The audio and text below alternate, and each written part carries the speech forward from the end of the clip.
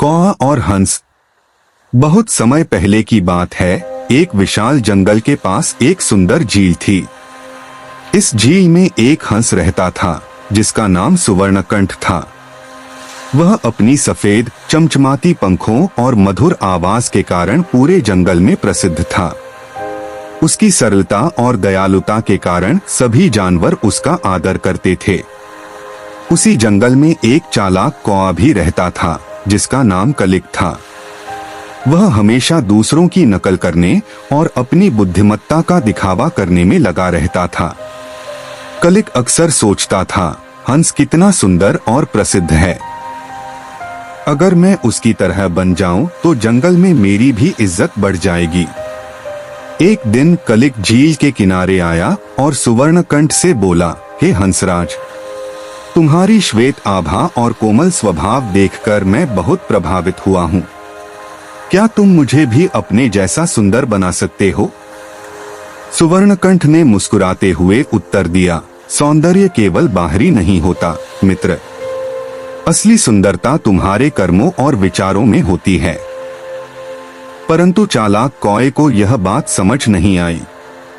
उसने मन ही मन ठान लिया कि वह किसी भी कीमत पर हंस जैसा बनने का प्रयास करेगा। अगले दिन से ही कौआ हंस के हर कार्य की नकल करने लगा।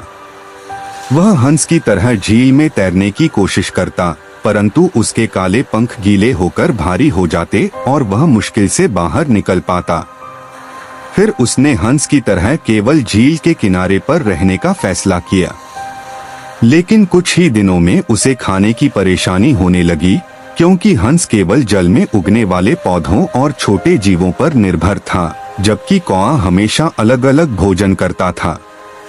भूख से परेशान होकर एक दिन कौए ने हंस से पूछा, मित्र, तुम यह जल के छोटे पौधे कैसे खा सकते हो?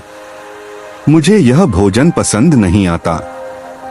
हंस ने उत्तर दिया, हर जीव का अपना स्वभाव और भोजन का तरीका होता है।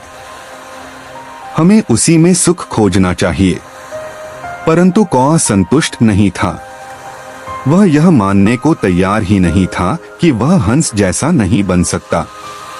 कुछ ही दिनों बाद जंगल में बहुत तेज गर्मी पड़ने लगी और झील का पानी धीरे धीरे सूखने लगा। इस संकट के समय सभी पक्षी जंगल छोड़कर दूसरे स्थानों की ओर उड़ने लगे। सुवर्णकंठ ने भी यह निर्णय लिया कि वह दूर किसी बड़ी झील में जाकर रहेगा। कौए ने सोचा, अगर मैं हंस के साथ उड़ जाऊं तो मुझे भी एक सुंदर स्थान मिल जाएगा। लेकिन समस्या यह थी कि हंस लंबे समय तक ऊंचाई पर उड़ सकता था, जबकि कौआ केवल छोटे छोटे उड़ान भरने में सक्षम था।